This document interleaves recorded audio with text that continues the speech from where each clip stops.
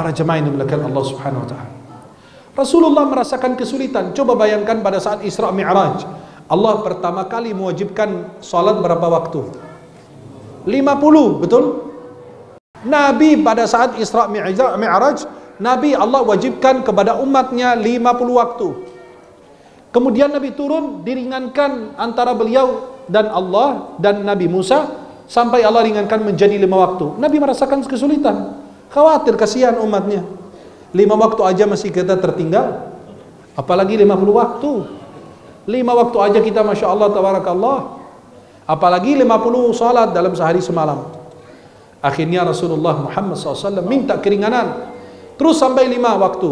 Turun lagi ke Nabi Musa di langit ke-6, kata Nabi Musa, irji' ila rabbika fas'alu takhfif, kembali kepada Rabbmu minta keringanan. Kata Nabi Muhammad, inni istahyaitu min rabbi, aku malu sama Allah, masa baru ulang balik dari 50 jadi 5 minta keringanan lagi. Memang kita mau berapa waktu nih kita? Tapi kalau kita ini terbuka, maka Allah tidak bilang yang wajib 5 waktu, tapi kalau mau engkau bercinta dengan Allah, kapan saja boleh. Maka subhanallah walhamdulillah wala ilaha illallah wallahu akbar. Nabi Muhammad SAW pada saat Allah wajibkan haji, Nabi bersabda kepada para sahabat, Allah wajibkan kalian haji ke Baitullahil Haram, maka berhaji ke Baitullah. Seorang sahabat bertanya, ya Rasulullah, afi kulli amin marrah, apakah setiap tahun sekali? Nabi diam. Afi kulli amin marrah, apakah setiap tahun sekali? Nabi diam lagi. Kata Nabi SAW, lau qultu na'am la wajabat wa mastata'tum.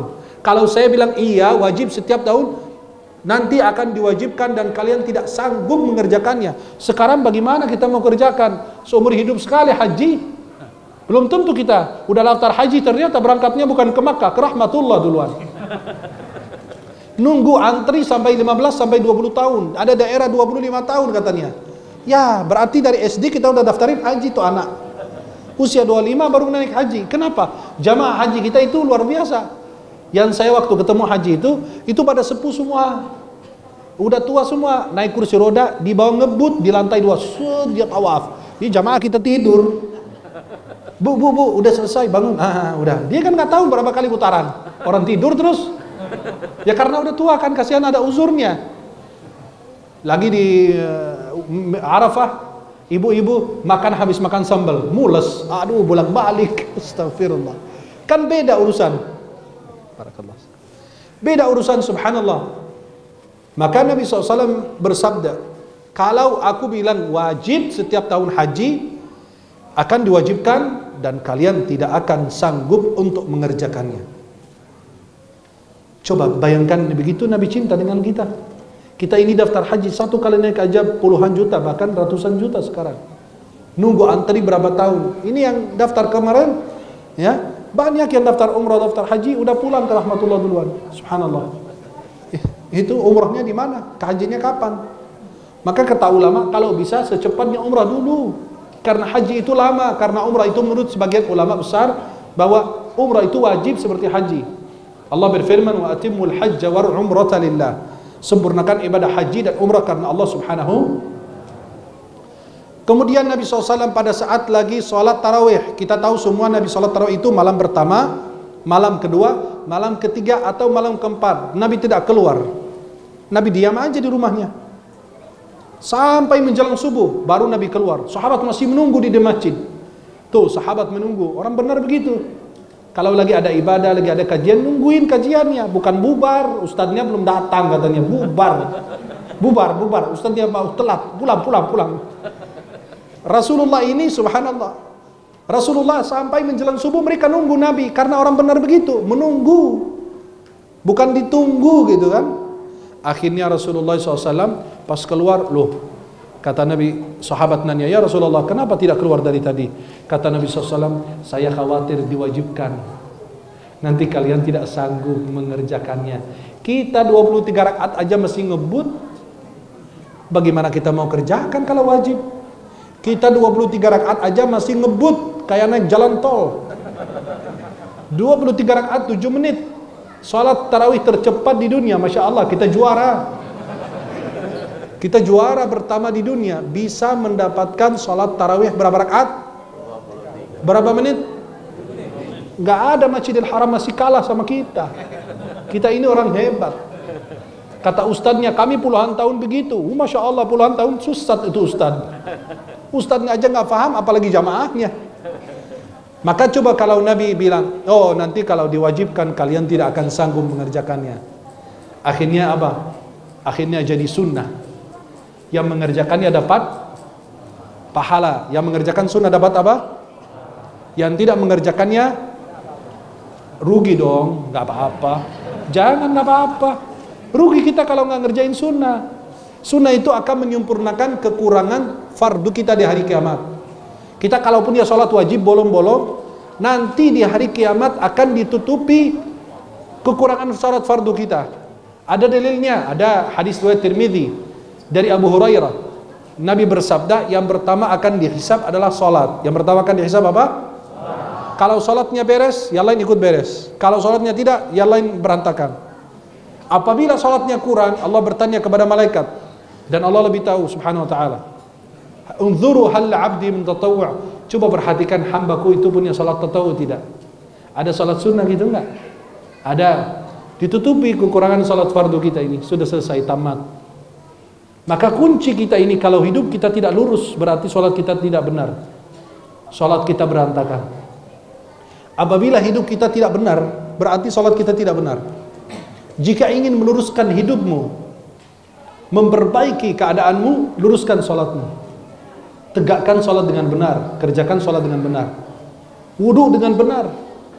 Allah berfirman, ya ayyuhalladzina amanu idza qumtum ila sholati faghsilu wujuhakum. Surat Al-Maidah ayat 6. Wahai orang beriman, jika kalian ingin mendirikan sholat, maka basuhilah wajah kalian.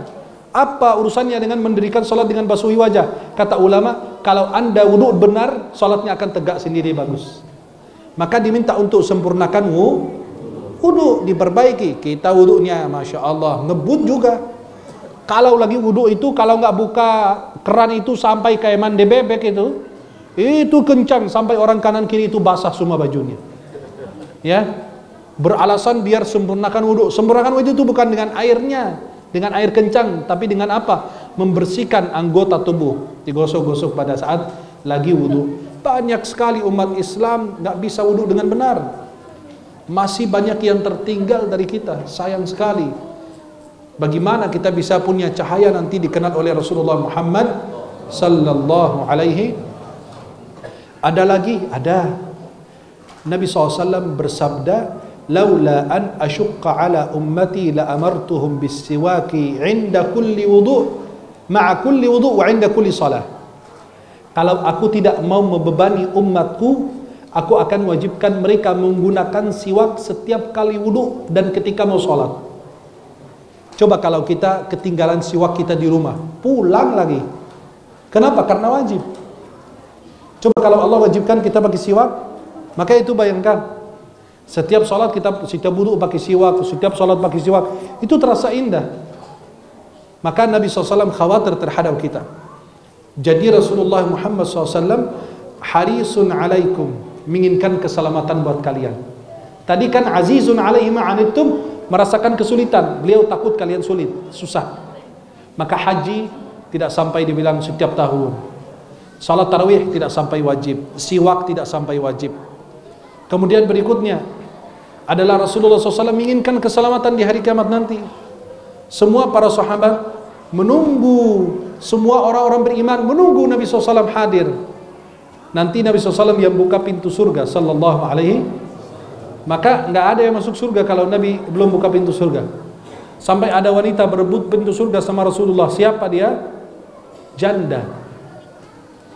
Ibu-ibu janda ini yang kehilangan suaminya dan benar-benar ngurusin anaknya sampai besar, tidak nikah lagi. Dia berebut pintu surga sama Nabi SAW. Ya, tapi sekarang beda. Hari ini janda, besok cari yang baru. Astagfirullah. Jadi wanita ini berebut pintu surga sama Nabi SAW, sehingga Rasulullah SAW mau buka pintu surga, ada wanita di sebelahnya. Kamu siapa ini? Aku ini janda ya Rasulullah. Suami saya nggak ada, aku yang ngurusin anak-anakku. Jadi Rasulullah SAW yang buka pintu surga. Sampai malaikat penjaga surga mengatakan, aku tidak diperintahkan membuka pintu surga untuk orang selainmu. Yang pertama memberi syafaat, yang pertama diberi syafaat. Nabi SAW orang pertama bangkit dari kubur.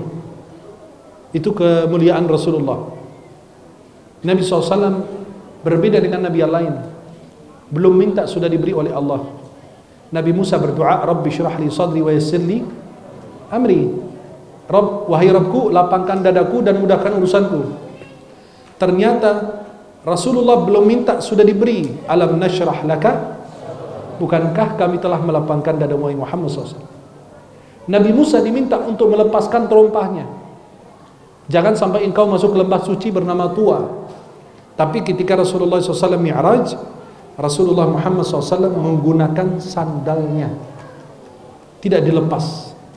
Tidak, di dalam riwayat itu diceritakan Nabi melepaskan terompahnya atau sandalnya, enggak ada. Maka Syekh Yusuf An-Nabhani membuat qasidah Na'lun Nabi SAW, tentang sandalnya Nabi SAW, sampai naik ke alam semesta di atas, sampai ke Sidratul Muntaha. Berarti sandal Nabi di atas alam semesta. Subhanallah.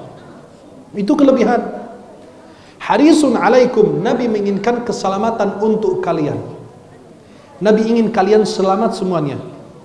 Dalam hadis riwayat Bukhari dari Anas bin Malik radhiyallahu anhu, Nabi menjenguk anak Yahudi yang sedang sakaratul maut. Anak Yahudi ini dulu kerja di rumah Rasulullah sallallahu alaihi wasallam. Ini anak Yahudi kerja di rumah Nabi. Kata orang toleransi Islam, Islam itu paling toleransi kok. Ini anak Yahudi kerja di rumah Rasulullah, mau toleransi apa lagi? Orang beda agama kerja di rumah Rasulullah.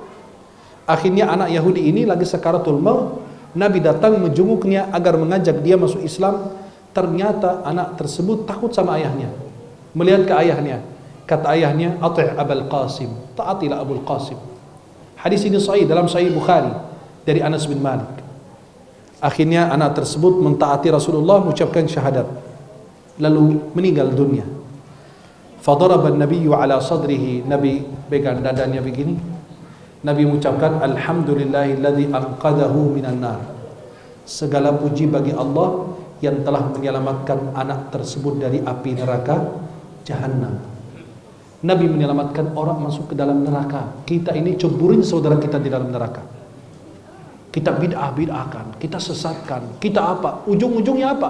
Dia sesat. Wa kullu dhalalatin finnar. Setiap kesesatan di dalam neraka. Berarti saudara kita ceburin di neraka. Sedangkan Nabi berusaha menjaga kita, melindungi kita, jangan sampai ada yang peleset masuk ke dalam neraka Jahannam.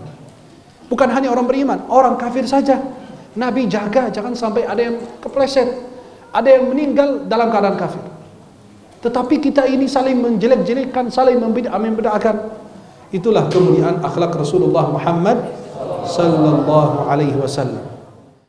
Terima kasih, jazakumullah khairan, sahabat-sahabat semuanya sudah mengikuti channel YouTube saya. Semoga yang kami tayangkan itu bermanfaat. Jangan lupa share, like, dan subscribe. Mudah-mudahan insyaallah kita semua dalam lindungan Allah Subhanahu wa taala.